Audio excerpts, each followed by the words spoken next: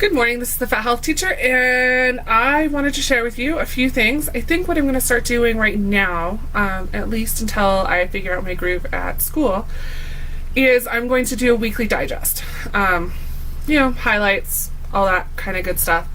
So the first thing I wanted to address is I stepped on the scale this morning, and I am at 350, which is higher than I started when I think I started talking about this stuff in May. But it is down from my high by about 16 pounds, which is a positive thing. I was able to go and get some medications in order to control my pain.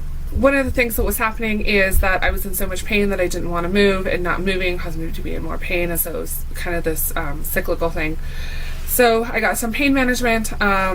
It is helping significantly. I'm able to actually go and walk around and that kind of thing, which has actually contributed to me doing more walking. So in the mornings when I'm a little bit fresher before I've gone to work, because I don't actually report until 11, the boy and I will actually go hunting. We'll go and hit up some Pokestops, and our favorite place right now has been the UNM Duck Pond. So we'll just walk around and we'll catch Pokemon and we'll talk, and he gets to run around, which he seems to really be enjoying. Alright, so this week at work we had a lot of training. The only day of training that I wasn't hugely a fan of was our Wednesday training, which was teaching us a new method of seminar. And to be honest, the only reason I wasn't a fan of it is because it was so long. It was an 8-hour training, and it took a while. It was a lot of sitting, it was a lot of listening. I really like to apply things, so just listening and then not really being able to do anything with that information, at least at that moment, is a bit challenging. And the gentleman tried. He actually had us do this format of seminar that we're being taught. So we do a part, and then we talk about it, and then we do a part, and then we talk about it. And it's a fairly extensive type thing. The way the model works, or the whole idea works, is that less than 20% of your classroom time is spent on telling students or actually teaching from the front of the room. And then you have 20%, which is this seminar stuff that we're learning. In the remainder of the time, so that 60% that's left over is actually like hands-on students getting to practice, which I really like. This is a more formalized method of what I kind of already do in the classroom, because I do ask students why, I ask them to explain, I ask them to discuss, that type of thing. Bloom's taxonomy, like higher order thinking, I'm a huge fan of those things, because I think, and I really want our students to think about what they're doing and why they're doing what they're doing. It's important for them. One of the things that we also did last week was we all took this survey called Clifton Strengths. I haven't done a whole lot of research into it as far as whether or not the theory is sound, but it is done by Gallup, of Gallup Polling. And for those of you who know where I grew up, you know that when I hear the word Gallup, I'm thinking something completely different. Anyway, so according to this survey, my top 5 strengths are strategic, which means I love basically seeing a mess and then figuring out a path through, right? So if I'm trying to go from point A to point B and the path that I initially chose is not possible, then instead of just sitting down and saying, okay, we can't go, I will look for alternate routes. And I think this is definitely true about how I function. I also like to look for the route that is most direct, unless I'm hunting Pokemon. If I'm hunting Pokemon, then I want to go on a more circuitous route, because it increases my catch chances. Alright, restorative. I absolutely love problems, in that I love solving them. So I see it as kind of this challenge. It's this challenge, and it's a lot of fun, and I find it very invigorating. I'll collect all my data, I'll get all my information, I'll try to figure out exactly what the problem is, and then from there we'll move forward into finding a solution. And yeah, I really like it. Analytical. So basically I like to ask why. If somebody's a different religion, if they're a different culture, if they have a specific brand of exercise, if they are gained weight, lost weight, whatever, that type of stuff. I'm asking why. I'm asking, why did you make that choice? So, for example, yesterday at our final day of training, a couple of our people were vegetarian, and I've always been interested in this. Like, why did you make that choice? And it turned out that with this person, so this coworker was sharing the choice to become vegetarian, and basically they had a really hard time separating the meat from the thing that the meat used to be, which was intriguing. I found this fascinating. So the person had been scarred by doing dissections in class. And this was very different from the way I felt about dissections. We actually did a fetal pig in my biology class in high school, and I absolutely loved it. I couldn't get enough. And for me, it was nothing to say, well, oh, this used to be a cute little baby pig. Well, okay, it used to be, but it's not anymore. Right now, it's just this thing that I get to take apart to see how it works. And it was really, really cool. And in college, I got to dissect a cat, and I felt the same way. I had 2 cats at home that I absolutely adored, and I would never consider hurting in order to see how they worked. But here were these cats that were available, that I could take apart, that I could look at, that I could understand, and all of that good stuff. And I loved it. It was absolutely fascinating. But this was not that person's perspective, and it's important to understand other people's perspectives. Because I think the more that we understand, it kind of goes back to like the analytical and all of that kind of stuff. Is when you understand, it's going to be easier to find solutions that are beneficial for most people involved. Obviously, it's not going to be easy to find a solution that works for everyone, but I think the more people that you can involve in a solution, the better it's going to be, and the higher the success rate you have with it, to be honest. Okay, the next 2 are listed as strengths, but when I'm reading them, I'm kind of looking at them as weaknesses, and I'm going to explain. So the first one is achiever, and the idea behind achiever is that you're not happy unless you've achieved something every day. And I could definitely see this. I focused a lot more this summer on getting things done, listening to podcasts, creating my videos, getting out and walking. I had like a list of chores that I was working on. And I definitely felt happier when I was able to take something off that list. Even if it was something that was being done every day, like Duolingo, because I want to learn Spanish. Being able to say, yes, I did that for the day has been fantastic. So what's kind of weird to me is that this achievement affects everything mostly, with the exception of my weight loss. So for my weight loss, it's just kind of like on this back burner, and I don't know, like I don't have a high drive. Maybe part of it is that changes are not quick, right?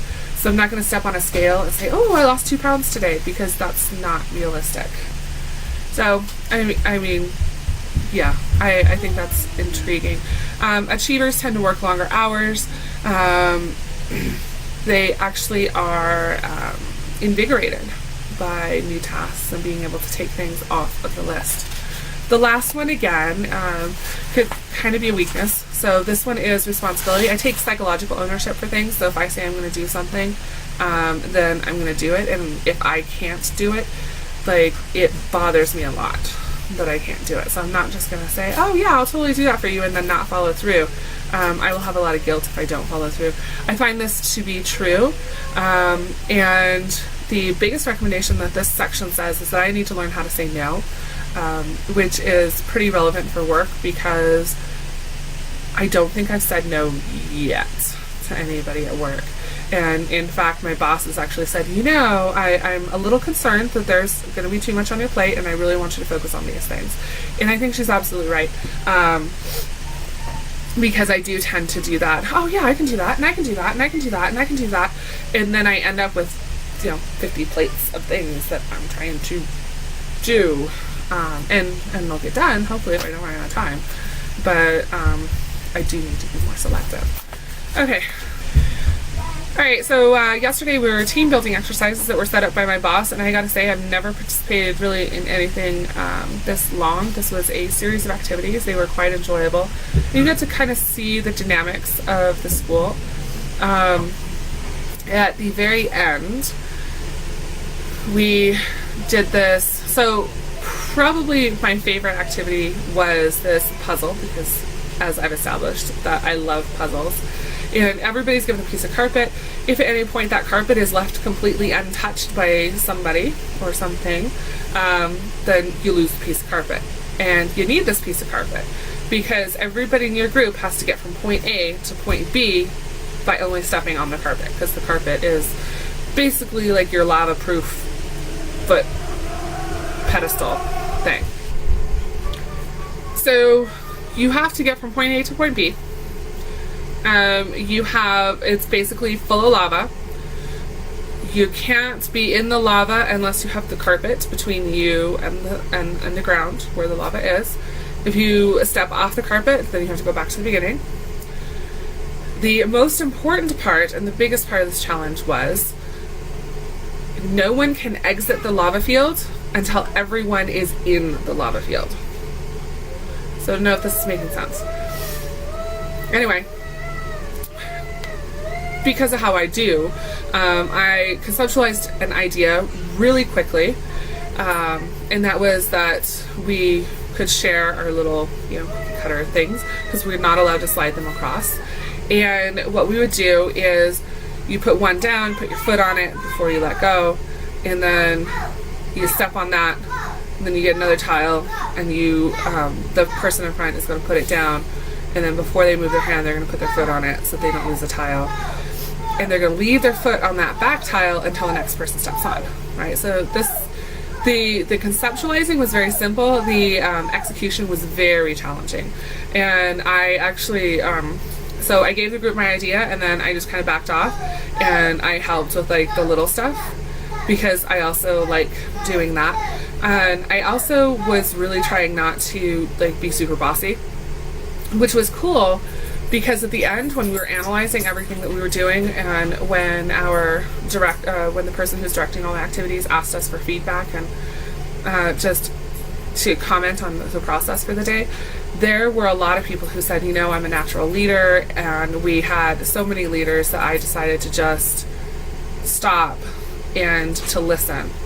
And I found myself doing that, and it was a very conscientious choice. In part because I may feel like I have the solutions all the time and I have the answers, but I also don't want to step on other people, right? I don't want to tell them, I have the solution and this is the only way that we can do it. Even if I think it's the only way that is correct, I do want to listen to other people because they may have a better solution.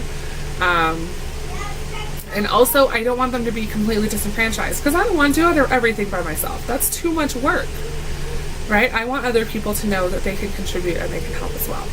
So I think that sounded probably very egotistical, but that's kind of how my brain is working.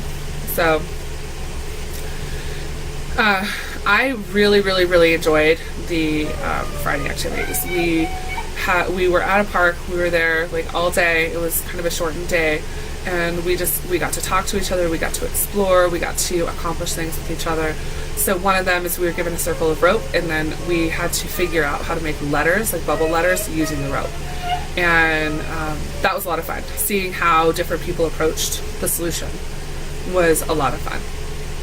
And then we had another one where we were given a tarp, and we all had to stand on the tarp, and nobody could be touching things that were not on the tarp.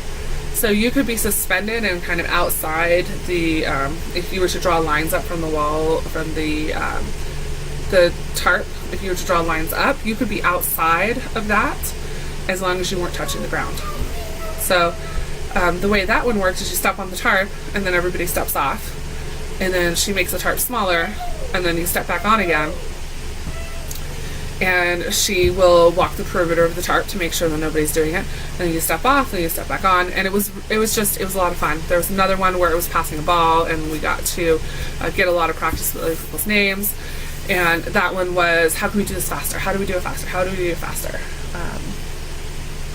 So yeah, I had a lot of fun, and I really feel like we're a team, and just more and more reinforced is the idea that we are all working kind of towards the same goal, that we all want each other to succeed.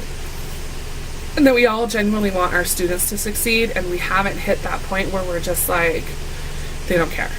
And I have to say that as much as I loved my old school, there were quite a few people who were just like, they had caused themselves to be disenfranchised because they had given up. They're like, the system is designed to see us fail, or the system is pointless, or the students don't care, the parents don't care, or whatever. And I'm not seeing that at this school. I absolutely love that I'm not seeing that at this school. At this school, I'm seeing, well, this is a factor, that our students are dealing with these issues and that our parents are dealing with these issues, but they are not defining. They are not things that cannot be overcome. They are not things that are going to prevent our students from being successful. The only thing that is going to prevent our students from being successful is the choices that they make, right? So they can come in, and if they let us know that they need help, we are going to give them as much help as we possibly can in order to get them to where they're trying to go. If they want to graduate high school, we're going to do everything that we can in order to get them to graduate high school. If they want to go to college, we're going to work on that. If they want to go into, a trade craft of some sort, then that's what we're going to do. And I cannot get over how happy I am working with this group of people. I'm excited. I'm excited in ways that I have not been in a long time. One of the side effects of that is that I'm putting in really long hours, and that is impacting the family. So my roommates are not seeing me as much as they did, and my son and my partner are not seeing me as much as they did, and this is definitely impacting them. So I'm spending time one-on-one with Odin in the mornings, which is really good, but he doesn't see me for more than a couple of hours before it's bedtime. And I can tell that that's hard on him because he's acting out, and then we both get frustrated. And then the time that we do have together is kind of this high stress type thing. And he and I are both working on that. The three of us actually, so the boy, the partner, and I all went out to dinner last night. And instead of being on our phones, because I really do try not to use our phones when we're, having like us time, he wasn't on his iPad and I wasn't on my phone and that kind of stuff. And we just talked to each other, and we interacted, and we had a more positive experience than we've had together in a while, because it feels like we've been rushed, like gotta go, we gotta get this stuff done. And I don't like being that way with him, and I can tell that he doesn't like it because it's very different from the way we normally interact. But there are new challenges from this position, so that is what it is. All right, now we are going to start our third segment, and our third segment is Of Note. And basically, Of Note is something or things that I've encountered in the news that are worth bringing your attention to. I know there's been more than this one article which I ran across this morning, and the article that I ran across this morning was about a gentleman who'd been arrested after his two children were left in a car with doors closed, windows up, all that kind of stuff. The details are still emerging. I'm not going to speculate on exactly what happened. What we do know is the kids were in the car. When they were taken out of the car, they had been overheated. They were non-responsive. He and his neighbors attempted to resuscitate the children. They tried to cool them down, all of that good stuff, and it didn't work. And alcohol was involved. There's a lot of anger with regards to this. But I think the most disturbing part of the article that I read is that we have double the number of heat deaths, so car-related heat deaths this year than we did the previous year. So last year we were at 12, and this year we're currently at 24. Summer's not over yet. I don't mean to sound down, but there's plenty of opportunity for more stuff to happen, which is terrible. And I think, we've kind of become complacent. So that law of activity that I was talking about earlier, you have to stay in contact, right? And what happened is our group lost a couple of tiles because we got to the end, and then people wanted to just walk across. And just walking across doesn't work because then you lose a tile. Because somebody stops being in contact with that tile, right? And the group we actually reported out, they're like, we were so close to the end that we kind of stopped being as vigilant. And I'm wondering if that's kind of what has happened with these car deaths. is that they haven't been as persistent in the news, and because they haven't been in the news as much, people are not being as vigilant. They're not being as conscientious about the choices that they're making about not leaving your child in the car. And it's a dangerous thing, right? And it sucks. I've actually got some fatigue when it comes to shootings, because it feels like every other day there's another shooting, and it is so hard. It is so hard to hear. It is so hard to see, and it just feels like, why aren't people learning? And this is the analytical problem solving, just all of that part of me saying there's got to be a solution. Like, we cannot allow this to keep happening. I don't know what the solution is, and I wish that I did. And even if I did, I don't know how I would get anybody to listen to me, because it's such a divisive type thing, right? So anyway, hot cars and children and pets are not compatible. And if there's any question, like, if you're uncomfortable, your kid's definitely uncomfortable. So these are things that we need to watch out for, and we need to not get complacent just because it's not, front and center in the news all the time. And on that down note, we're actually going to go and have some more family bonding time today, so that's very exciting. I will be editing this video and posting it later on this evening. I will talk to you all later. This is the Fat Health Teacher signing out. Thank you.